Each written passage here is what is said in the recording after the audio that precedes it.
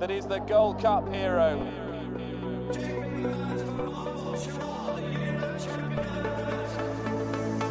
Two of the most admirable chasers you could possibly wish to see. Relentless, remorseless, and pounding Cordon Star into submission. Hello and welcome to another edition of the Racehour podcast, brought to you with our friends at bookmakers.co.uk. It's me, Dean Ryan, in the towers of bookmakers.co.uk, joined by Diarmuid Nolan. How are you, Dean? Very well. Good to have you back on board, as always, really. It's not really having you back. Yeah. You're generally here. And Paddy Aspell is here as well. Paddy, how are you? How are we doing, guys? Super. Ready to rock and roll. We got some serious performances to talk about from last weekend. We'll do that in the first half and catch up with everything kind of Cheltenham-esque related and where people are now in the pecking order. People, by that mean horses. And then we will talk in the second half about fascinating weekends racing coming up at Newbury, of course, the old Hennessy meeting, now the Ladbrokes, and a bit of racing at Fairyhouse, which is their part of their Bar 1 meeting, which is an absolute stonker as always. So we will do that in the second half. We also got a few questions in from the Racehour Twitter community, so thank you very much for those. We did land a few winners last week, Dermo. Chris's dream toppled your nap, unfortunately. Well, your nap toppled actually in the Troy Town. It could turn out to be a blessing because Chris's dream, the way that he won so well, the Ravenhill, I'm not sure he would have got them. Chris's dream just looked like a handicap dream altogether. You know, he's probably just off being a grade 1 horse, so he's you know, he was just well in for that race. Robbie Power, he can't seem to get anything wrong, which we'll discuss later on. But Ravenhill now, for something like the Paddy Power Christmas or the Irish Grand National, he's still on a decent mark, but the fall definitely didn't do him the world of good. But I think at best he would have ended up chasing him home. You get £4 or £5 for doing that anyway, and it's true, it could have cost him. So he's still on a good mark, and we'll persevere with him. Well, Chris's dream, I think I remember saying on the pod, like, he looked like the horse maybe with the quality to go and carry a big old lump of weight, but he still had to do it. I think anything Robbie Power is riding at the minute is like getting a £5 allowance, so that's super helpful for him, and I mean that in the best possible sense. You know exactly what I mean, right? Don't take that the wrong way. We did find a few other winners. Paddy, the Banner King Rebel came home for you. Did it nice to get that one back on winning ways for Jamie Snowden.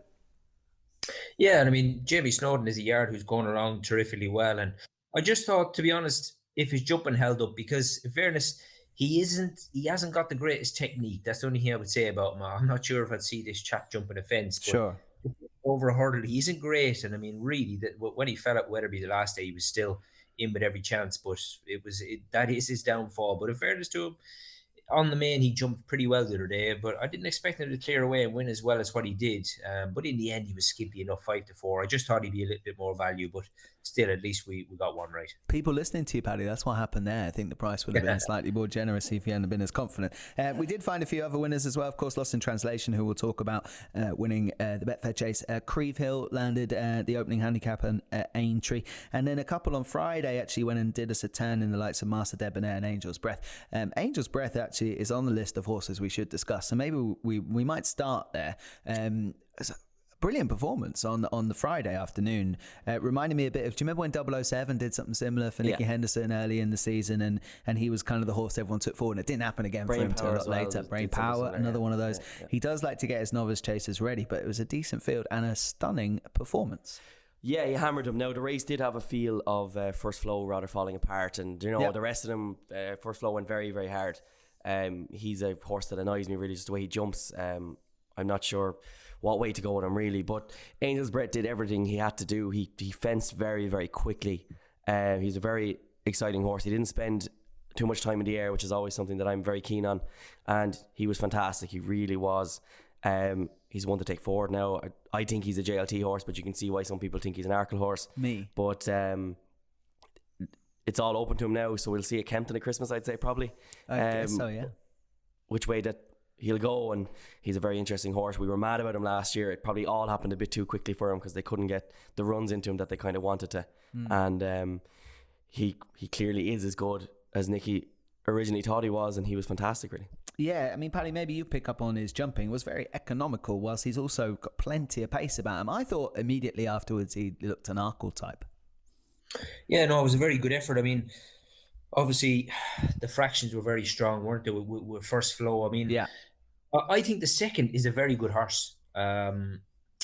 the thing is, it frustrates me at times. I think David Bass is a great rider, but as far as stable jockeys go, I'm not sure if he's a great stable jockey, if you know what I'm getting at, because Kim Bailey's got some nice horses, but to think we're in November, and I mean, First Flow the other day, he emptied the tank on First Flow. Yeah. Now, I mean, like I said, I'm not knocking Dave Bass as a rider, but I'm just thinking further down the season, there could be a real big race in this First Flow. Now, fair, he's a good traveller, he's a good jumper, so Dave Bass made use of that. But by the time he was approaching the last other day, he was absolutely goosed. And going forward, you could have really left a good race behind you there at Ascot the other day, for a novice chase. Yeah. I just think you could have left a real nice one behind him. But anyway, we're talking about the winner. I think it just helped, the fractions helped Angel's breath settle because he didn't take Nico on, and in the process, he jumped very nicely. And yeah, he did go away and win by 8 lengths on the day. But, I just think if the fractions had been a little bit more civilised on the second, we could have had a real race here. But, they were an absolute mile clear of Birchdale, so it was only between the two. But nonetheless, great starting point because Ascot takes a bit of jumping, and in fairness, in that department, he was absolutely foot perfect. Yeah, that's what I liked about it. I mean, it might just pick you up on the David Bass thing. I mean, Connections have put that horse in a very hot race, in fairness. Birchdale was in there as well. All right, there'll be other days when we'll see more from Birchdale. And maybe Instructions would just go and light this horse up and see if they can catch him. And now they probably know where they stand, but maybe they don't. You made a good point there, Paddy. Dermo, you want to pick something up? Yeah, I agree with that from Paddy, really. The fractions were absolutely crazy. Now, he did seem to jump a bit to his left at times as well, I thought, which wouldn't have helped the jockey. But yeah, he set the whole thing up for Angel's Bread. It's why I said it had the feel of a race that kind of fell apart. Yeah. Birchdale in third, doesn't look a chaser to me at all. I thought the 33-1 and bigger, you can get much bigger in the exchanges on him for the stayers hurdle might be interesting, because that's the route I'd imagine he will end up going down, because he just didn't look the first cousin of a chaser to me. He's in the colours of a horse that might look a chaser in the spring. just see. No Kim Weir's in there. We'll just see. Well, maybe not this year, but he's a Welsh Grand National horse, is he? Oh no! In time. Okay. All right. Let's talk about the race that everyone was talking about beforehand, and I don't mean Lost in Translation just yet, but Altior against Cyrname. Do you know, a little bit of me that loves horse racing died watching that race, and I feel it's a very personal thing. Yeah. But I love Altior, and to see him not find the afterburners, I don't want to make this all about Altior, but to see him not find the afterburners when I assumed they were coming because we'd seen it so many times, even when he gets niggly, even when he gets looking like he's a little bit under the pump, he never really is, but actually he was. And I wonder, I don't think there's any question in my mind whether he stayed. He just met Cyrname, who I'm now going to call him by his right name, Cyrname, and it was just too much for him on the day. Whether Nicky left him a little bit short, I don't know. I have to hope that's the case. But I'm interested to get your view on it, Dermo. Yeah, it's kind of like, in the Rocky movie when Ivan Drago, the Russian fighter, got hit and he bled.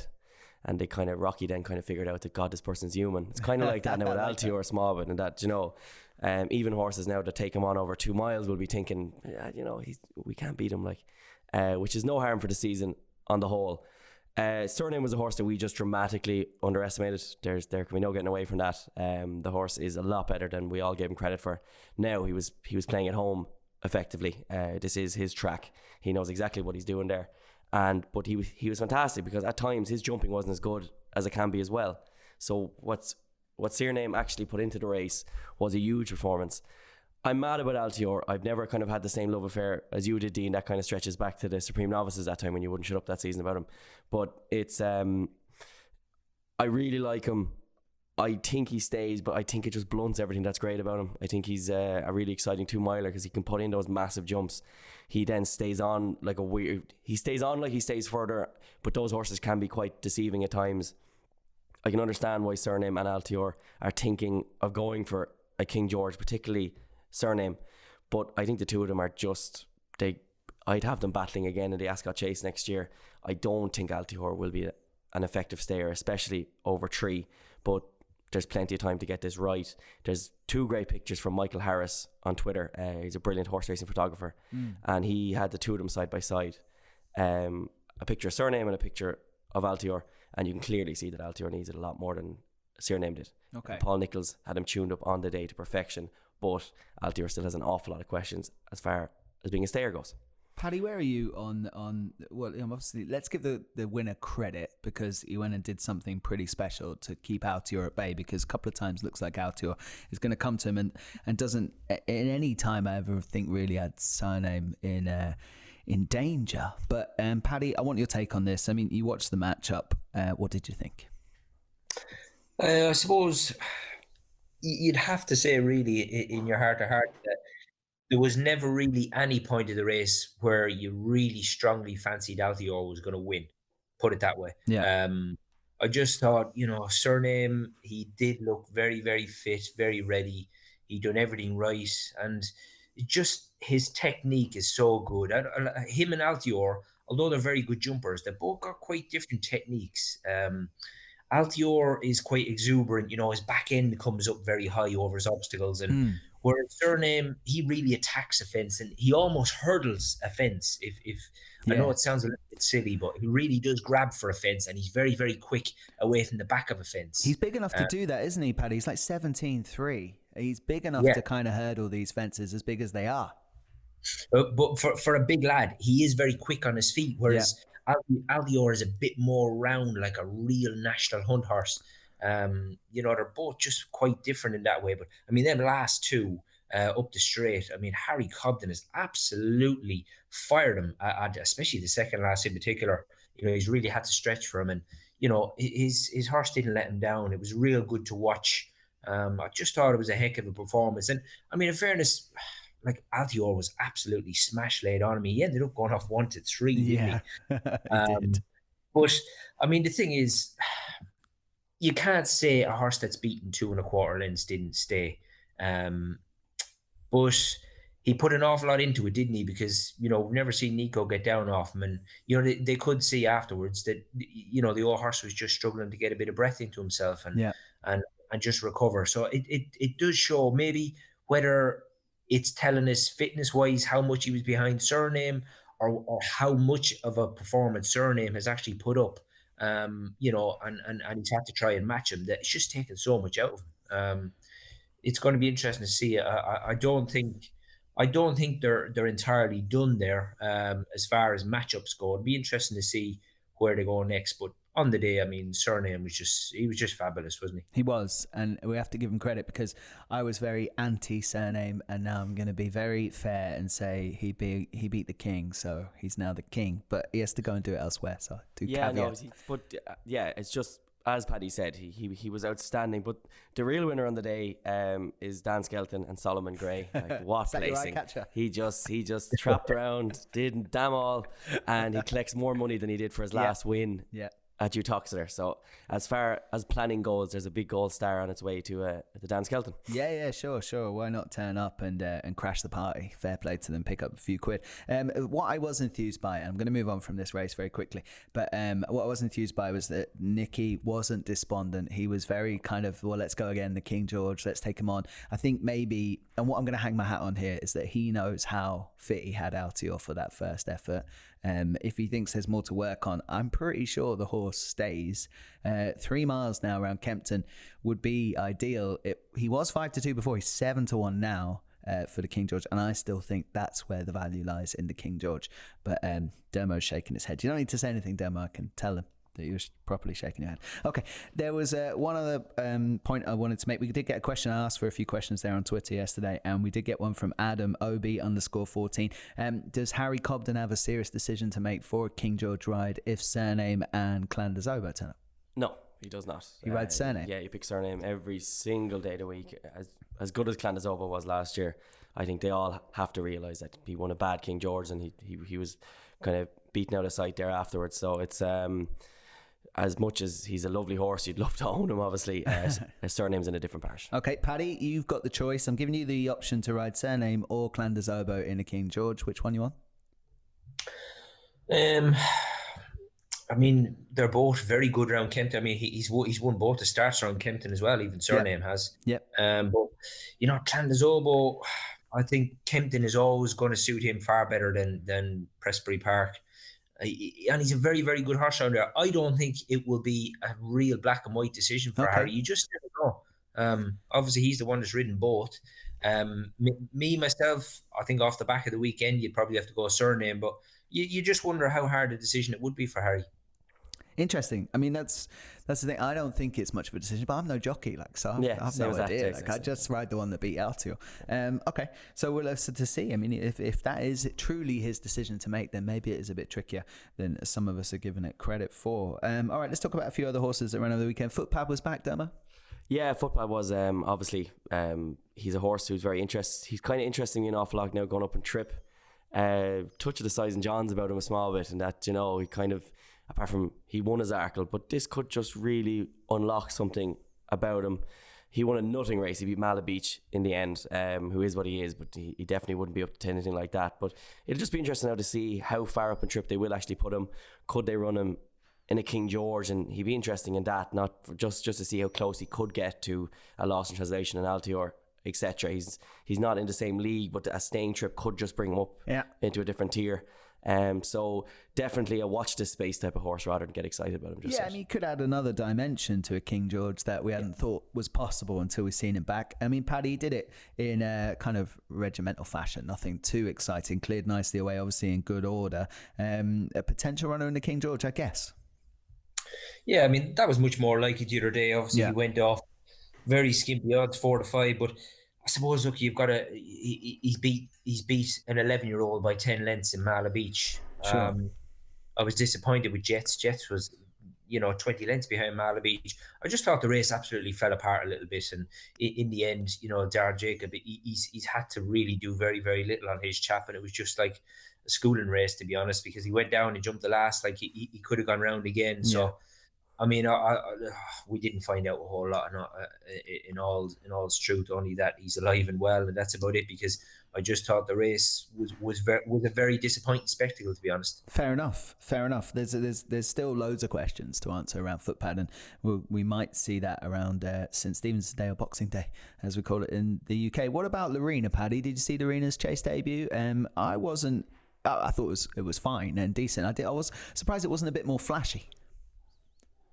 Yeah, I mean, it was just workmanlike, really, wasn't it? But at the end of the day, you can't really start by cribbing too much, because how impressive was Manila Endo earlier in the year. So she's gone and won by 8 lengths on the whole. The jumping was pretty good, and she's gone across the line pretty strong. Conditions obviously took a fair bit of getting through at Navan the other day, but certainly wasn't a bad start, and it'd be interesting to see where Connections will go next. Yeah. Dermo, I'll throw Lorena at you. I mean, enters the pictures for all those big novice chasers. She was in it beforehand, but now we've seen her jump a fence. Yeah, she was impressive. I really liked the way that she jumps. She's clearly just like, this is her game. It was never meant to be hurdling, really. She's not a 2-miler, in my opinion, whatsoever. I think if anything, she just seems to really pick herself up the further she goes. I think she's a JLT mare. I'd say she'll end up on that and then probably end up winning the mare's chase next year at Cheltenham, when really this mare could be anything. The one horse, Manila Indo, is not worth. Nobody should read too much into Manila Indo.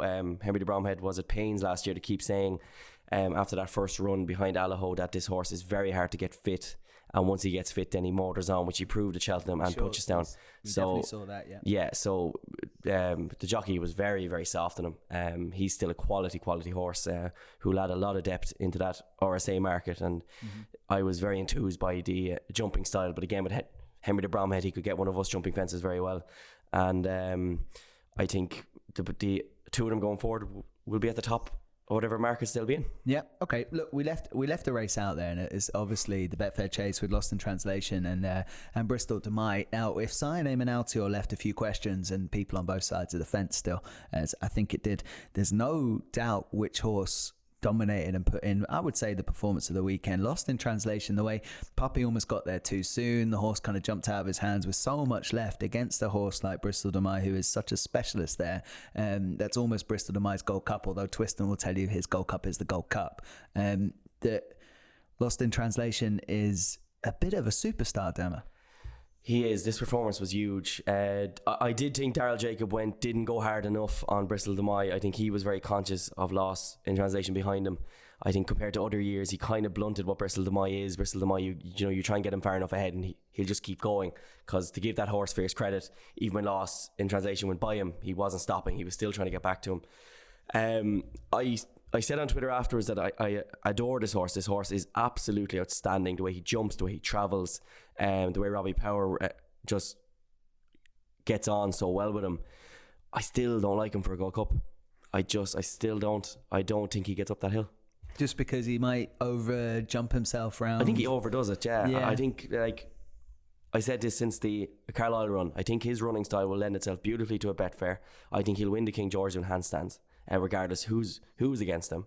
But I just think in a Gold Cup, Robbie seemed to be very conscious that he didn't want to take it up too early. He didn't want him kind of gunning for him. It's like he's trying to get him to pop away until I need you. Yeah. And then when he needed him, he came. He came so quick. And the ears pricked, as in, like, I'm not saying he doesn't stay effectively. I just don't think the end of a Gold Cup trip, when you'll have much more than Bristol de Mai at him, I'm not convinced on this horse as a stayer at all for a Gold Cup test, which is a very unique test. I think he's a superstar. But for Gold Cup, I hope he wins the King George, because I'll be on him, and then afterwards I'll be looking for something to beat him in the Gold Cup. Paddy, take that point and run with it, please, about his exuberance and whether that would suit at Cheltenham with that stiff hill after so many fences jumped. Yeah, it seems to be something he can't stop doing, isn't it? He's just so scopy, isn't he? I mean, God, like at Carlisle the first day, really, because of just sheer lack of opposition, he was travelling so well. He was able to get away with some of the jumps he put in. But he's done it again the other day. But I just think, honestly, this horse has improved so much, even from 5 to 6 to 7. And like the other day, Bristol de Mai, some people were of the opinion that Dar maybe went a stride too slow for his own, for his own horse. And if that's the case, like Robbie dropped Lostintranslation a fair way out, considering there was only 4 runners. He was quite patient on him, and if it's right, I actually take as much notice as regards the pace they were going. But if he has dropped them in stone last off level weights off only an average gallop, the way how easy he's been able to travel to them and go and win the way he did, it was a real good performance. I don't think I couldn't really crab Bristol de Mai or Dar Jacob on the day. I just think that the best horse rocked up on the day and got the job done. Yeah, I agree. It's almost like he was protecting a handicap mark at the end, and there's absolutely no point in doing that. Would he be a horse for the? I mean, he got beat by Defi de Soy at Cheltenham last year, so there is that question mark there, Paddy. And I know that was over a shorter trip, but there is that question mark. Yeah, I suppose there is, but obviously he got first go on Defi de Soy in the Dipper, didn't he, on New Year's Day? Yeah. When he made the running over 2.5, and then Defi de Soy turned the tables on him in the JLT. But I don't know, it's difficult. I wouldn't have too many question marks about him round getting up that hill in Cheltenham. I don't want to see him coming up outside the wings at every fence, because he's able to do it, but it is all the time, it is using a lot of petrol, and it's okay doing it here and there, and you are going to make ground doing it and hold your position, but that said, all the time it is using an awful lot of petrol rather than if you're just pop. Yeah, it's a fascinating complaint that the only thing we can find wrong with Lostintranslation, he jumps way too well. Yeah. No, and just to clarify, it's not the physical hill that I would have a problem with him. He's gone up it, even in the JLT, he wasn't stopping. He just bumped into a freak as well in Defi de Soy. They are clearly the 2 best novice chasers, we'll see, and then it's up to the RSA horses now to kind of get their act together. But the 2 of them are clearly unbelievably smart horses. But it's more just when you couple everything in together, the exuberance, the high propensity for the ground being soft again, with a big field where you'll have to bury him. There's enough that can potentially go wrong with him. I think that he'll be very short once he wins the King George, which he does, in my opinion, that he'll be worth taking on for a Gold Cup. Okay, All right, well, look, we're nearly done with the review. A couple of other things I wanted to mention. Get a Bird was out, won quite well. Just wanted to flag that. Might be a horse to take forward. Capeland versus Diego de Charmille. Round 2 took place and Capeland came out on top. Yeah, Unfortunately, the he nap... was screwed. No, I'm moving on. Unfortunately, the nap for Paddy and me with the last day didn't run up to fruition. Sorry, Demo, you want to say something about Capeland, Diego? Go on. Yeah, so Capeland was rightfully screwed on the day, really. No. Different race, different conditions, different weights. So absolutely not. There was a really decent handicap hurdle that was won by Stony Mountain. I want to give a shout out to Thomas O'Brien, who rode Stony Mountain, and actually I ended up back in the second. Now I love Stony Mountain, but Thomas O'Brien, that ride for Henry Daly where he did not give up after the last, and that horse came from the clouds. So he did not give up after the last, and that horse came from the clouds. Absolutely killed my Saturday in terms of betting, but at the same time I thought it was an absolute belter. So well done to those guys. So okay, anyone got anything else to mention from the weekend, or we will take a break at this point? Easy Work was very good for Gordon Elliott. Fury Road won again in a race that was pitiful altogether. He was 25 to 1 on the day, but he's still interesting to take forward. But yeah, look, it was a huge weekend of racing. Again, we have another one coming up then. Yeah, we do. The star performance of last weekend, something I'm going to add to the podcast. I'm going to give Lost in Translation 7 out of 5 for last weekend. And we'll move on from there. Okay, we'll take a break. You're listening to The Race Hour. We'll be back after this. You're listening to the Race Hour podcast, brought to you by bookmakers.co.uk. Check out bookmakers.co.uk each and every day for tips, news and the best odds for horse racing. Looking for a new bookmaker and the best sign-up offers in the industry? You'll find that at bookmakers.co.uk, sponsors of the Race Hour.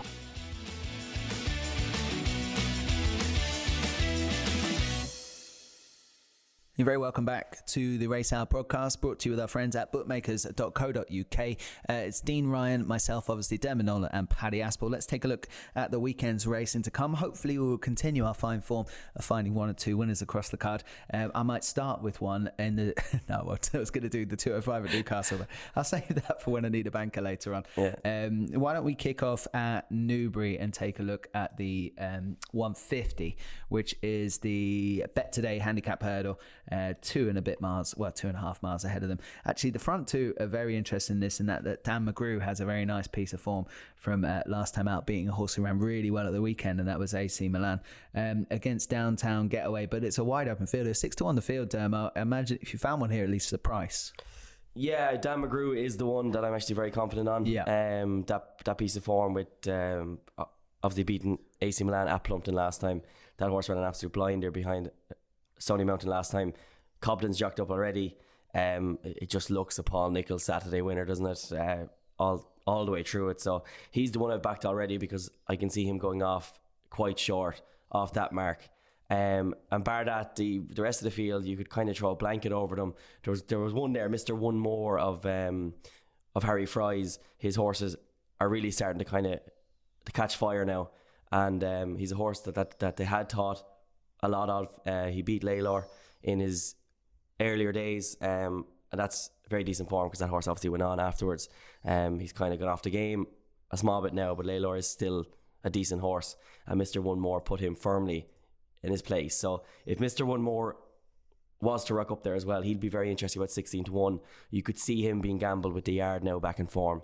But saying all that, I still think Dan McGrew takes the world of beating here, then. Yeah, it's a long time since we've seen Mr. One More, obviously. Yeah. There was a horse I thought was interesting in here if Hendo decides to run it rather than Downtown Getaway, and he might run both. The Cashel Man, who is a very fine animal on the flat and has won over hurdles already. Paddy, what did you make of this race?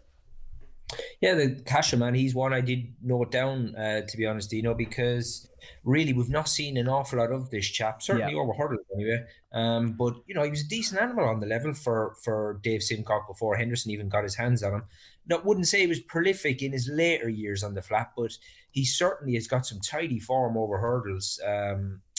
Even his debut, he was second to Pim, who we seen the other day. A stablemate who only beaten the neck that day. He was beaten the neck at Kempton by Reserve Tank. He's got some very, very tidy form, to be honest. And, the last time I seen him was on the level at Goodwood when he ran a hell of a race behind Timoshenko. He was only beaten 3 lengths in a red hot Goodwood handicap. So, he's a 90 horse on the flat. And the last time we did see him over obstacles, he won his maiden hurdle very, very easy, albeit only at first class in a small field. But obviously he's got to step up.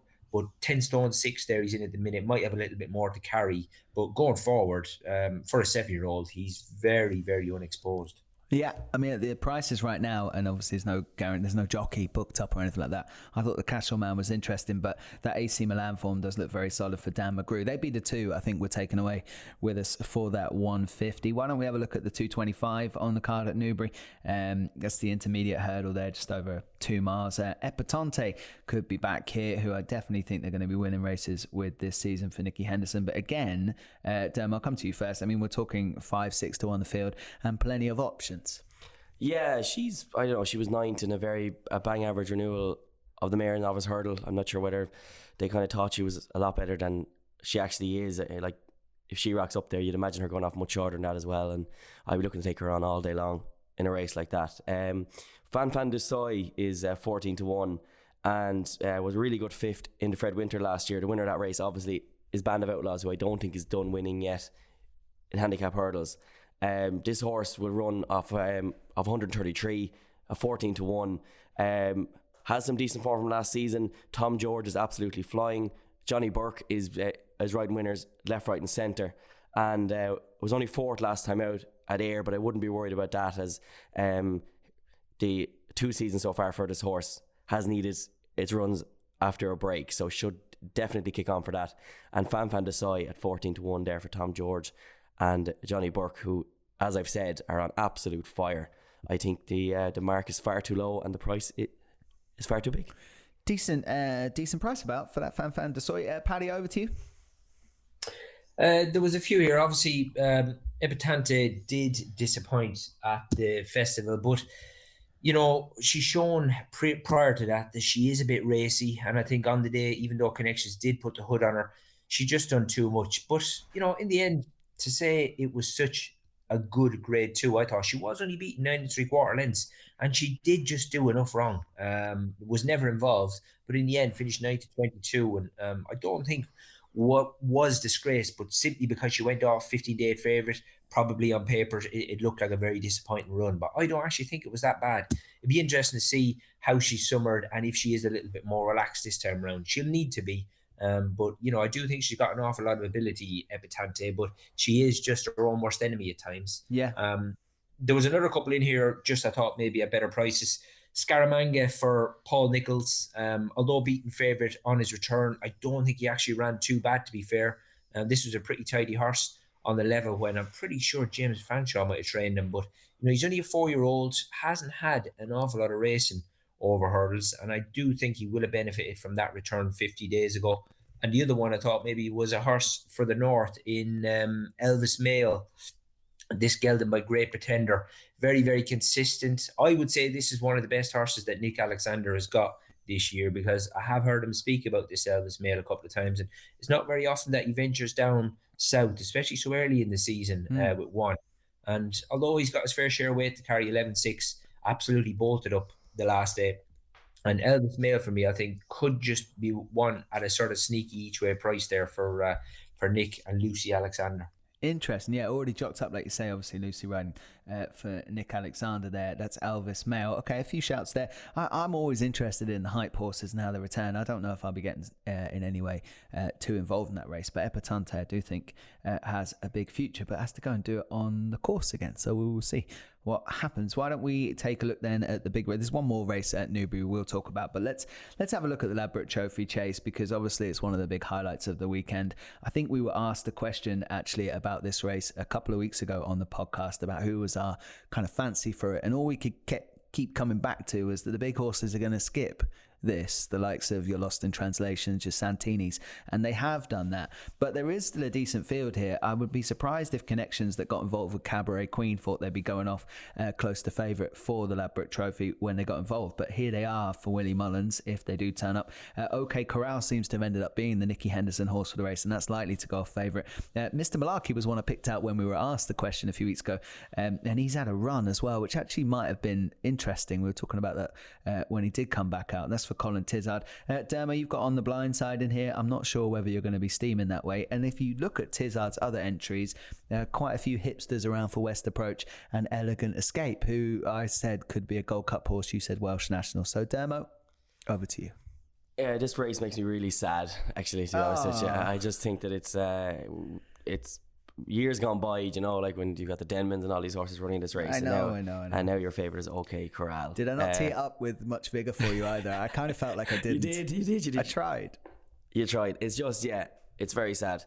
Cabaret Queen is here. She's interesting. She was brilliant last time out, but again, she's just as good as she is and as exciting as her last performance was. She's still 7-1 for a Hennessy is quite depressing, really. She's very interesting. She'll be very hard to beat. I can't have OK Corral at all. I'll be taking him on all days long. He's big, he's cumbersome. He doesn't really seem to stay all that well for me either.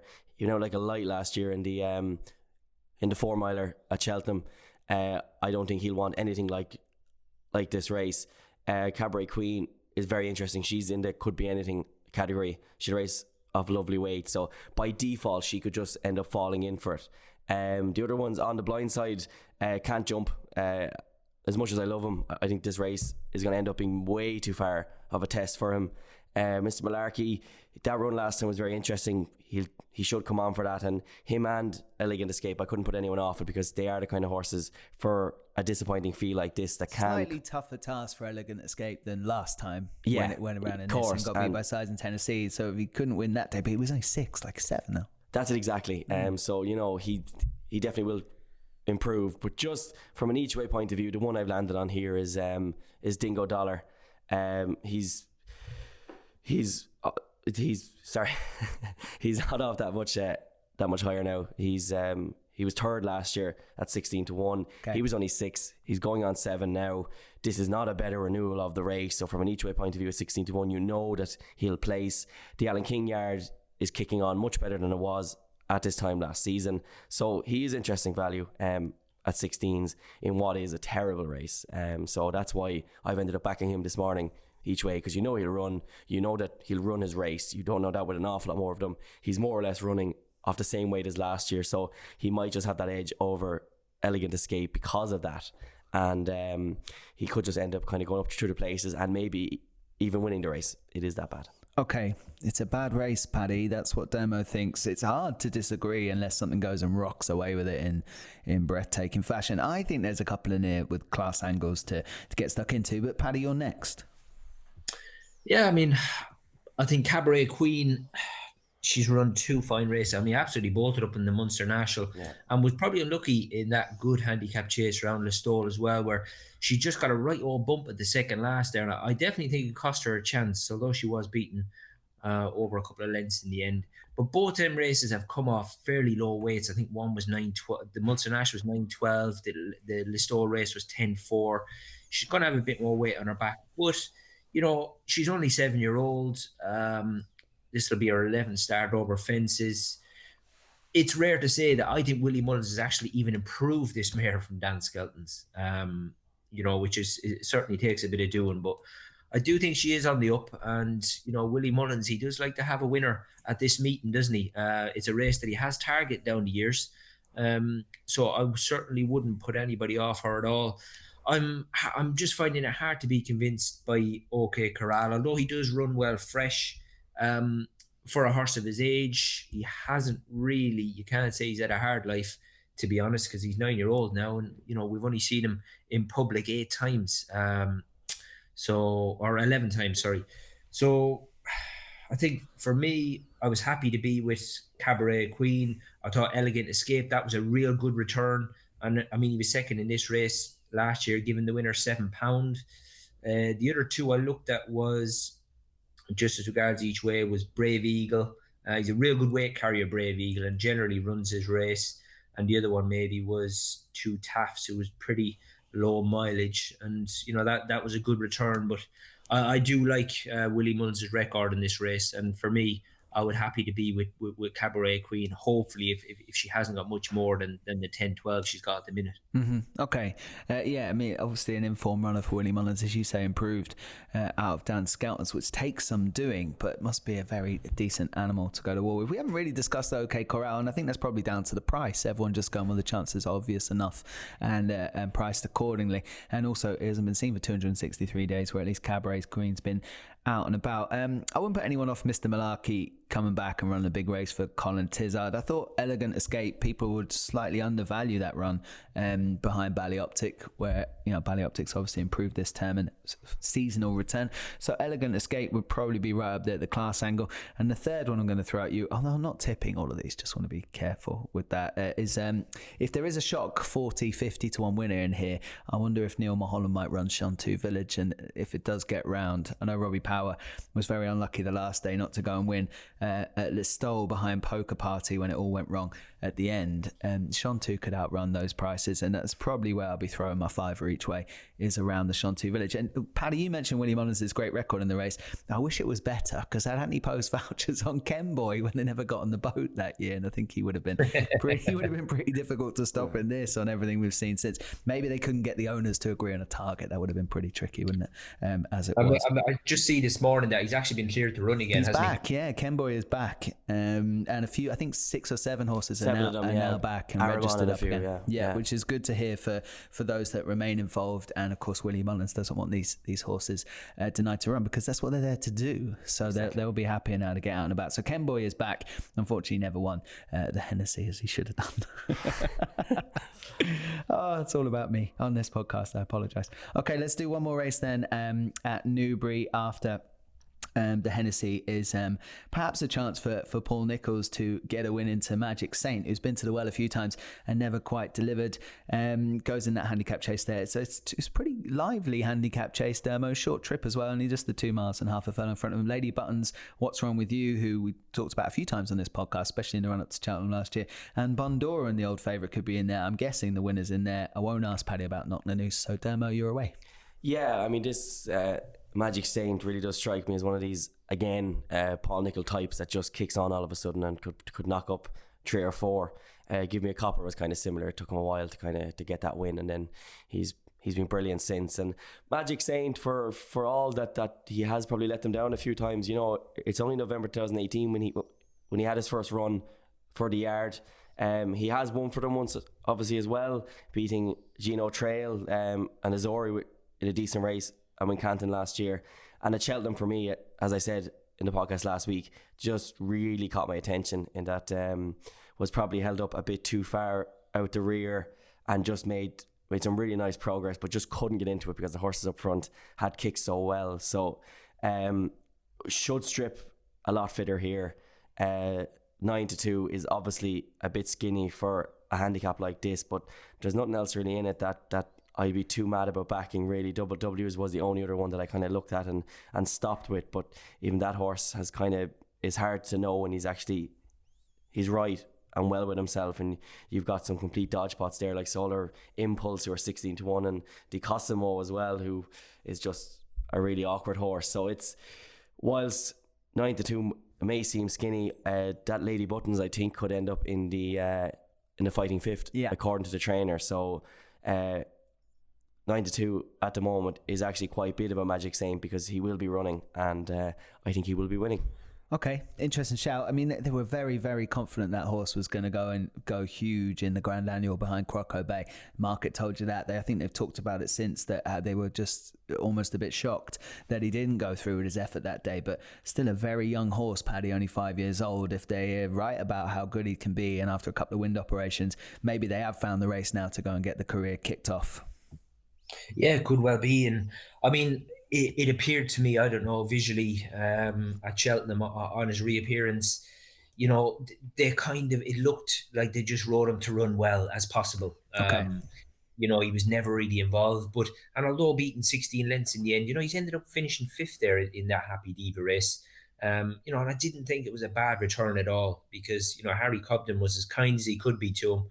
And you'd just imagine maybe a horse that has been struggling with his wind, if he could get some confidence from that run the other day, he could be very, very nicely weighted here. Like I said, he is only 5-year-old, and he's got plenty of ability, Magic Saint, but he's yet to step up on the big stage. Really, Saturday could be his day, and I just don't know. Connections haven't. I'm not sure if they've decided yet whether they're going to go fighting fifth route or going to run her down and try and win this race again with Lady Buttons.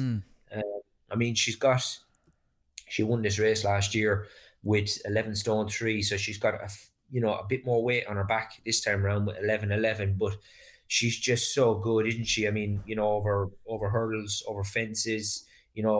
For a mare of 9-year-old who has had an awful lot of leg trouble in the past. I mean, that's why Phil Kirby, he deserves real credit for the job he's done with this mare, because at one stage her career was looking pretty moderate, because she had a proper tendon at one stage. So it's amazing the way now even she has so much of a cut at a fence.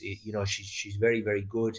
And if she turns up on the day, for me it's very difficult to be against her, because she's a great jumper. She's all heart. She never knows when she's beaten. And if she can win on Saturday with 11.11 on her back, it'll be a hell of a performance. But on the back of the performance she put up over hurdles at Wetherby on a return, for me, she was, she's won that without even Adam having to give her a proper shove. And it was a very, very good performance. Okay. It's fascinating if they do match up. I see Adam Nichol is booked up for Philip Kirby on Lady Buttons to take on, and Cobden already booked up for Magic Saint. So, you say he might go fighting fifth, Emma, but they might come here because it's been what they've been and done. I thought there was one horse I wanted to mention in the race was Chesterfield for Seamus Mullins. Should be fit and raring to go. Is a double figure price. Could certainly get involved here in the shake-up. I think there's plenty of bits and pieces of form in there that would entitle him to be involved over this minimum trip, really. At Newbury, at the back end of that Ladbrokes card, it is a cracking card.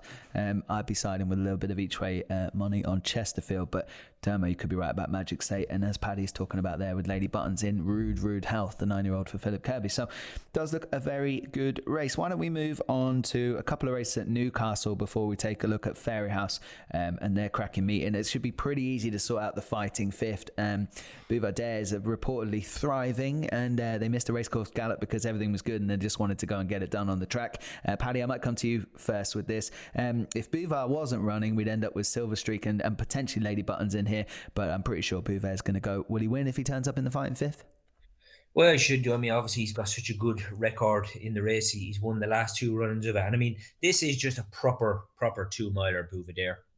Really is. I mean, disappointing turnout, obviously, because I mean, after Lady Buttons, I mean, even she's 14-1 in the place, but after that, jumps out the cornerstone lad at 25. So disappointing turnout. I mean, Silver Streak on his day, he's not a bad horse, but but Bouvardaire for me would be absolutely different gravy, and I mean, he's priced up, more than accordingly at 2 to 5, because I think it's his time of year. It's the race that they've made his return in, like I said, in the last couple of years. So it's very, very difficult to be against him. And the only blot on his copybook really is the champion hurdle last year, where he crashed out early doors. But apart from that, he's turned up for the gig every time, and very, very likeable horse. Yeah, only been caught out once really by Verdana Blue that time, but I just think he dots up 6-1. He is for the champion hurdle. Demo, he's not your fancy though. No, I absolutely love this horse. Always have. I really always will. But I think he's. I think there's younger pretenders coming along, and there's more youth in their legs than his, and he'll win on Saturday. I hope they don't shorten him for winning this race. He might get clipped a point or something. He's 6. They shouldn't. They really shouldn't. We need to. All right. If he obviously alive and well, that's all you want to see, and he's further rhetoric into the season, which is always great to see. Dem, I'll let you kick off first with the rehearsal chase, which is always a decent race on that Newcastle card. That goes off at 3:20. It's tricky enough. Another 5-6-1 the field, with plenty of those this weekend. Topville Ben is in here though for Philip Kirby. Might be interesting if they didn't pull it off with their early season raid, but maybe they can come back to the party here. Kill Fulham Cross for Henry Oliver, and David Cross is jocked up. Rose Dobbins, Johnny Sofa is also jocked up for Craig Nichol. Gonna have to find something that doesn't mind going around heavy ground and slopping around 3 miles here. Yeah, this is going to be obviously a very hard race to get right. The two I've landed on, one is a horse who finds it very difficult to win, but he is very talented, is Captain Redbeard. He won't mind the distance, he won't mind the ground, he won't mind anything at all. It'll just be whether or not he can be kidded into actually winning a race will be the big thing with him. He has won in the past, but he just seems to prefer to try to rattle out of the pram at times. Then another horse here that I thought was just a wild old price at 20 to 1 was Chidswell for Nicky Richards. He's only £5 higher than when he beat Dingo Dollar last season at Doncaster. He's one of these horses who's always threatened to win a bigger race than this again. He won that very well. Seems a small bit like he might have been held back furthest then, because obviously being a Northern Yard, this is one of the biggest races of the year up there. And he'll be running here of a decent mark. And the Nicky Richards stable, as I said, it's a brilliant yard, and they've had about 3 winners now over the last 10 days or so. So Chidswell at 20 to 1, if he does turn up, I think he's very interesting in a race that it really could kind of go to any of them, couldn't it? Yeah, I think it probably could. It looks mighty tricky. I'm not going to be steaming it. I'd echo what you said about Captain Redbeard. I mean, it's got to drop right for them again at some point, and the Coulthards are obviously always going to go for this race with this horse. Paddy, did you find something that could, swim 3 miles around Newcastle? Well, Nicky's just had another one there at Wetherby as well, Dermo. So the team are in very good order at the minute. Yeah, nice. I'll be honest. Although this is only a 3 mile race, I've ridden in this rehearsal a few times, and it really is, for whatever reason, it's a very grueling race. It really, really is. I mean, this is a stepping stone for plenty of horses a bit further down the line. Obviously, Johnny Sofa, he is fragile, and that was an amazing training performance by Rose Dobbin to get him back to win at Ayr a month ago. He's very, very talented, this horse, but for a 9-year-old, unfortunately, we haven't seen nowhere near as much as we'd like to see him, but he's very talented. He's 2 from 3 over fences, so he's very low mileage considering he's 9-year-old.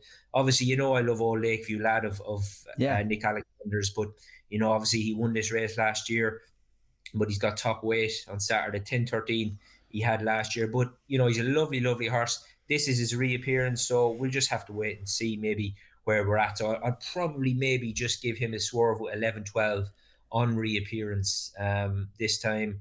And then the other one I looked at as well, I thought might be a little bit of a price, was Venetia's Commodore. It's not jocked up yet, but 7-year-olds, only got 10 stone 5 and a good reappearance last time. But I mean, like I said, this really is a very, very grueling race. So you need a horse that's going to see it out and will handle conditions, because at the minute they're giving Newcastle straight heavy, and we're getting plenty of rain up our direction. So, and it's going to be the last race on the card. The ground will be opened up, so they won't be sprinting up the straight here in the rehearsal. But you certainly need a horse who's going to see it out. Yeah.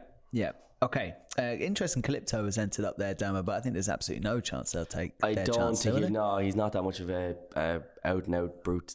Venetia's like I it don't think, deep, yeah. but I'm not sure he's going to like it deep. No. Interesting though, wherever they do end up running that horse. He entered in all the big parties so far, so when he does actually get declared, he'll win. Who's very interesting. Yeah, not one to go steaming into just until you know. Just be aware of that if you do remember us chatting and waxing lyrical about that horse previously on here. Right, let's move over to Fairyhouse, because it is the bar one, and the Royal Bond meeting and the Drimmore and all sorts of cracking races coming up over the weekend at Fairyhouse. We're going to take a look at the Royal Bond first. Envoi Allen wins, Diarmuid Nolan. Did I take the words out of your mouth? Envoi Allen wins, yeah. Envoi Allen should be unbelievably hard to stop. Just everyone down in that yard, every time you hear Gordon talk about him, his form's been franked already by Front View, and in Tukas, obviously the last day was second behind Datsy when poor old Pat Healy was nearly knocked into China, but thank God Pat Healy's absolutely fine, which is absolutely fantastic. So obviously get well soon, Pat. So echoed. But it's this is a really just a top quality race. Abcadabras, Keith Dunhu keeps saying should not be undervalued in this. He thinks he will make Envoi Allen really think about things. He said that this horse is unbelievably quick. He needs to improve his jumping, which if he watches the last few races, that is fairly obvious. He'll probably have Robbie Power up in his back, I'd imagine, which is obviously very interesting. And you'd have Robbie against Davy here. But just everything about Envoi Allen, every piece of form he has, even that first hurdle race that you could have been forgiven by the ease in which he won, to think that he was only beating a bit of riffraff in behind. And then a front view comes out and beats John Snow, who everyone knows is well thought of by the Willie Mullins team. It just shows how deep Envoi Allen's form goes. Yeah. And 4 to 5 there, probably. Like, it's an ACCA filler. I'm never somebody who backs horses at those odds, but he's one of those horses you can throw in your ACCA and say, yeah, look, there's a sure thing anyway. Okay. There's no hiding place in this race, Paddy. All the big guns are coming to the party that you can find in Ireland to have a crack at Envoi Allen. You imagine he'll be good enough? Yeah, well, he is very good, but I mean, I was very impressed with Abracadabra on return. You know, because I really just like the second horse of Paul Nolan's latest exhibition. I thought, you know, he's gone and put him away by 3 lengths at Navan. You know, there was a nice gap back to the third, but you know, Abracadabra never, you know, Robbie Power never moved on him. It was a hell of a performance. I think this is going to be Envoi's biggest test for me so far over hurdles. Obviously, he's got experience of the track, but it's just when you run down to the race. I mean, what a race! What a lineup! It's just a pity that you know, some of the horses, when we look on Sunday evening, you're going to look and think, oh, that was disappointing. But then you've got to look at what else is in the race. You know, because even Soviet Pimpernel of Peter Fatty's down the bottom. You know, we've seen that horse is coming back from, you know, a massive... Was that handicap at Cheltenham? I think it was, wasn't it? Where he chased home Keldestan. No, that was a graded race, wasn't it? No. Yeah, that's right. It was the whole Masters and Holdings. Yeah. But was only beaten 3/4 of a length. You know, massive race that ran. So you know, you wouldn't have Soviet Pimpernel out of it at all. But this is very, very good. But I'm going to stick with the horse at the top here, Abracadabra, the 5-year-old. But it's a race I'm really, really looking forward to. And this is, you know, this is a big pointer going forward for the season for a lot of horses. Okay, we had a big shout on Twitter actually saying that Soviet Pimpernel was the each way play in this contest, and Paddy's going to take on Envoi Allen. I think, like I said, there is no hiding place in this race. So if he goes and gets it done, I don't know what price he'd be for Cheltenham, but it will be pretty sickening. And he'll be sickeningly short for a Supreme and a Ballymore. Oh, everything. Because you want to clue where to put him whatever they want to do. Yeah, absolutely. Whereas you'd imagine Abacadabra, whatever. Yeah. You'd imagine whatever that does, it would probably enhance even if he's beaten and do the same thing. So, you know, don't rule out Gavin Cromwell's Derby Star running a good race. Joseph is going in probably mob-handed with a couple like some Midnight Run and Embittered. It's going to be fascinating race. I can't wait for it. And that's what you get at Fairyhouse this time of year. This meeting is absolutely set up to do exactly that. Mick McGuinness was on for a couple of questions there on Twitter asking about the Drimmoor, and that's the race we're going to come to now. And Burrows Saint he felt was overpriced, but you know, I'm in the Sam Crow camp, so I'm probably best to ask everyone else what they think about this race. This is a race I love. It's run down the road from my house, and everything about it screams to me Cheltenham prospect. And so the Drimmoor is one of my favourites. So the Bar 1 race in Drimmoor does go to post at 1:30 on the Sunday at Fairyhouse. And Dermot, I will come to you first about this. I'm imagining Sam Crow is going to go off favourite here, even though, you know, potentially takes on, well, the best of what's around over this side anyway. Yeah, he will. He'll go off short enough, but again, he does have to give way to Fakir Dudery if he does definitely show up here. It's brave running Fakir here at this. It would be, especially just after the last run. But Sandcross to give him £8. I mean, that performance against Mellon would suggest that'll be a task for any novice. So Fakir Dudery, you can see why he's such a short price. And there's one horse as well, about 6-1, who should not be ruled out of this, is Ronald Pump, who I probably would be backing in the without Sam Crow market. I thought last time that was just a superb performance. Here at Fairyhouse, he absolutely destroyed the likes of Speakeasy, Galvin, who ran well yesterday. But Pound was in that race, and he just put them all to bed so easily. This was a horse who won off high marks over hurdles. Matthew Smith is a brilliant trainer, really, really good trainer. So you can see why he's the price he is, but he's not terrifically short either. But We all thought Sam Crow was a star. He had a real blip last season, but a lot of those kind of generation did. If he can come back and if he can give Fakir Dudery weight and beat all these horses, which I kind of think he should, really, if he does that, well then he's a JLT winner all day long, really. Yeah, but see, like you say that, right? And we were talking about Angel's Breath earlier on. You were saying that's possibly a horse for the JLT. I couldn't think of two more contrasting style chasers could end up in a similar race at the Cheltenham Festival, would be my view. I think they both have absolutely balls of speed and can Really? stay, which I think is a JLT horse. Okay, interesting. Yeah. All right, I'm all over Sam Crow for an RSA, but no one seems to agree with me. Paddy, what do you think about the Drinmore first? Yeah, I mean, look, you'll always be looking to pick holes in Sam Crow because, he'd been so disappointing last year, but, he didn't do an awful lot wrong, I didn't think, on his return. Has won at Fairyhouse, but he's going to have to come forward again because this is a very, very warm race. I think that horse that Dermo mentioned, Ronald Pump, this time last year, he was winning off 102 over hurdles. Yeah, he's a brilliant trainer, Matthew Smith. He's terrific. Yeah. And like the last day at when he won at Fairyhouse, I mean, he had that race won in a matter of 5 strides from the back of the second last. He quickened away that well. He beat Captain CJ by 8 lengths. Incredible. I don't know a lot about Smith, but he hasn't half improved this animal. So it really will be interesting to see. He's only a 6-year-old. He's won 5 of his last 6, Ronald Pump. I know he's only had only one of them starts and been over fences, but he was fairly good on his feet around here the last day, and Fairyhouse takes a bit of jumping. So he would certainly be no back number, but this is like the Royal Bond, very, very warm race, and on paper some horses are going to look a bit disappointing on Sunday evening. But obviously Battle Over Doyen, he's 2 from 2. Maybe visually he didn't look over impressive the last day, but I didn't think he'd done an awful lot wrong. His jumping has been phenomenal for me so far.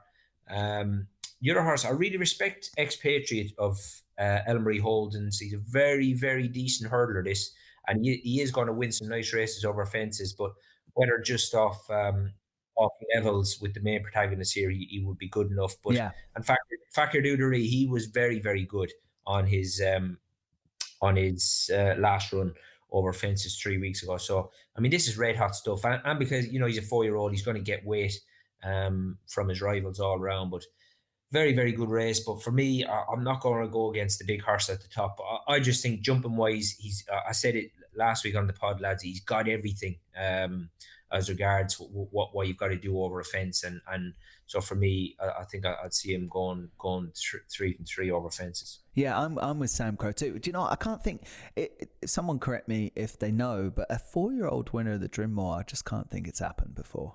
I'd be amazed to see. I'd be amazed, yeah. No, it's a very smart tactic because, like, I get this it. side of Christmas, you get all the way. It's brilliant. But yeah. It would be incredible, though. Yeah. It would be incredible if that happens. But then also, it's pretty incredible if Sam Crow can go and put this horse away, given he gets that weight allowance, and we know how good Fakir Dudery is. A fascinating Drinmore, a little bit different to one that we normally see with Fakir in there. So, okay, fascinating race. I'm going to stick with the big horse as well, Sam Crow. But Dermo? Burrow Saint, just to answer the question from Mick. As good as he was in the Irish Grand National last year, and he was outstanding, I just think from a grade 1 point of view, I would be happy to take him on. But again, I am known to be wrong. Yeah, I'd be with you as well. I think the price is about right, around 7-8 to 1 for Burrows Saint in the Drinmore. Okay, well, the Hatton's Grace is also on the card, and it's the last race we're going to look at of the weekend until we come to anything else. Another question, I think it was Mick as well, was it, regarding what's the mare's hurdle play before the Hatton's Grace? It's a fair question because this is kind of the mare's hurdle. I know it's called the Hatton's Grace, but this is really the mare's hurdle that we potentially will see at Cheltenham. So I think the play is to stick with Honeysuckle and double down, because we're talking about Honeysuckle actually for this race is priced up around the 3 to 1 mark, taking on Benny de Deux. Apples Jade, I wouldn't be convinced we're going to see a full form Apples Jade just yet. Maybe we will. Remember the temperature was quoted, wasn't it, as being the issue last time. Hopefully it's cold enough for Apples Jade at Fairyhouse. It's normally freezing, so it's normally very cold. She should be fine. Bacardi's, you can't really rule it out. Penhill, Surin, Davis Cheltenham. I mean, this is a really nice race. My advice would be mare's hurdle, have another go at Honeysuckle, because by winning this, she's not advertising a champion hurdle claim. She's advertising that she is the best mare in the business, and hopefully that will steer everybody everybody concerned that maybe they have one little pot shot at champion hurdle contenders during the season, but the mares hurdles where they go. Dermo? Yeah, she's probably worth backing now as well, just in case Benny does come out. We don't tend to see Benny this kind of close in the season. So 7-2 that you can get about Honeysuckle now.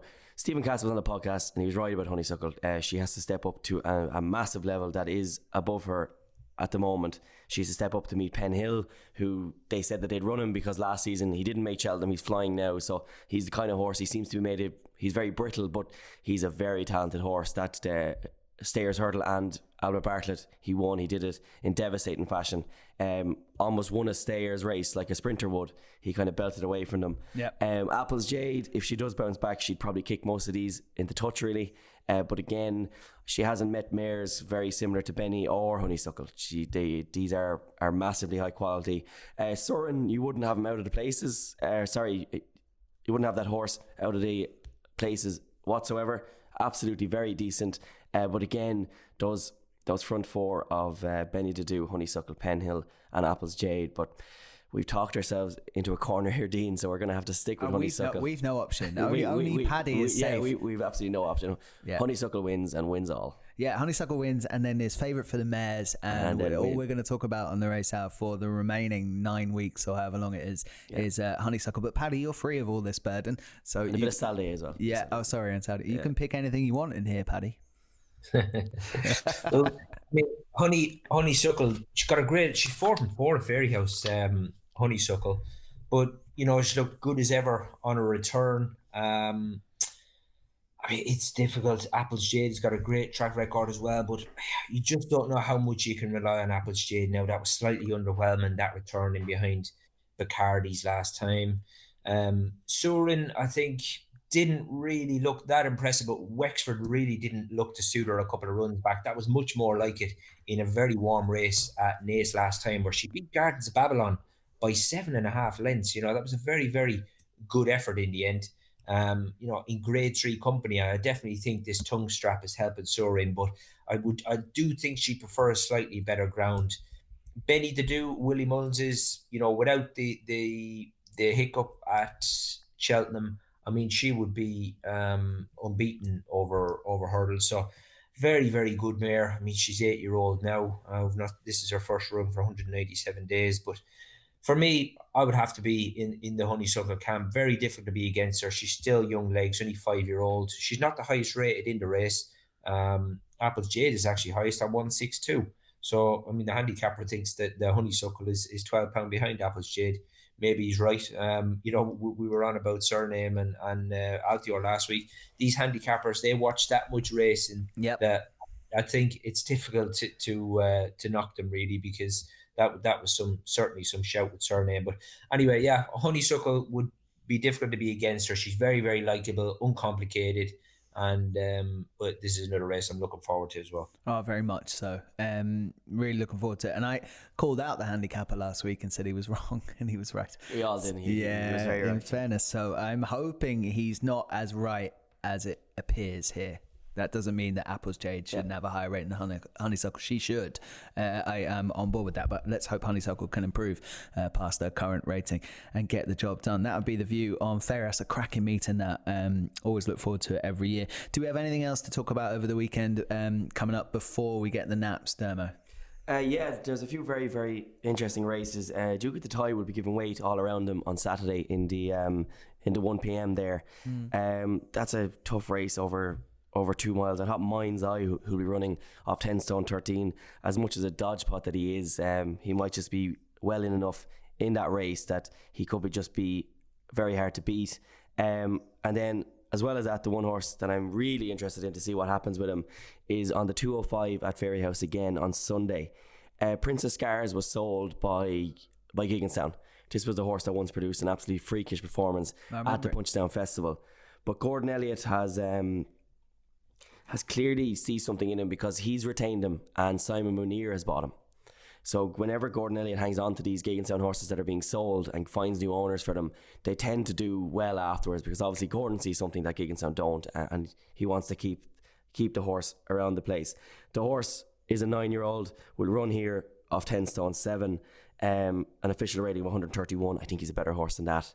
I think this horse could end up being really well handicapped because he's 9 now. You can't be waiting anymore. You can't be plotting much with him. He has to start winning and paying his way now. So Gordon's hung on to him. He's obviously convinced the Muneers to buy him. So I think he should be very interesting in that 205 handicap chase on Sunday. That's a fascinating shout. Yeah, really interesting runner in that Porterstown. Another race that I always look forward to at Fairyhouse over at the Bar 1 meeting. So, Paddy, anything else for you, or do you want to go in and give us your nap for the weekend? There was one in the French Furs up at Newcastle on Saturday, the 12:55. A horse who I thought looked really well and jumped really well on debut or on his return. Kim Bailey's Espoir de Rome. And Ned Curtis is jocked up. Ned actually rode him at Warwick and he done absolutely nothing wrong on him. He's a fine big strapping horse. They won't hang around over hurdles with him, and I'd imagine he'll be jumping fences next year. But I thought that was a really, really good effort, and the handicapper straight away has given him a mark of 1, 2, 4. But this is a very, very warm race. There's some nice horses in here, but I thought that was a real good performance, and you had the field well spread out in behind. So hopefully if he's declared for Saturday in the French Furs, Espoir de Rome. Yeah, cracking race that up against likes of Glenduff and Imperial Alcazar, and over the top Victory Echo. Loads of last time out winners there. He could be decent though for Kim Bailey. Ned Curtis, as you say, jocked up, so it looks like that's where Espoir de Rome will go. Do you want to give us your nap of the weekend, Paddy, as well? Well, believe it or not, I forgot to mention him earlier on. Good. Right at the beginning. It was in that race on Saturday that the Cashleman was in. I'm just going to get it up here again. 225 Newbury, wasn't it? No, 150 Newbury. Dan McGrew's favourite downtown getaway against the Cashleman. This was the race we were talking about. Yeah, that's right. I'm hoping, he is jocked up, but the horse right at the foot of the weights, Pride of Lacal, this was actually the first runner for the Noel Fahili Syndicate that they had, and this is a horse that Noel knows plenty about. He's ridden him in the past, but he's got some lovely form from last year, and that return at Market Raisin where he had 12 stone, and I mean he didn't jump brilliantly, but I mean he ended up winning with 12 stone by 8 lengths in what was a reasonably warm race in pretty bad ground. And like I say, he's got a lovely racing weight there on Saturday of 9.12.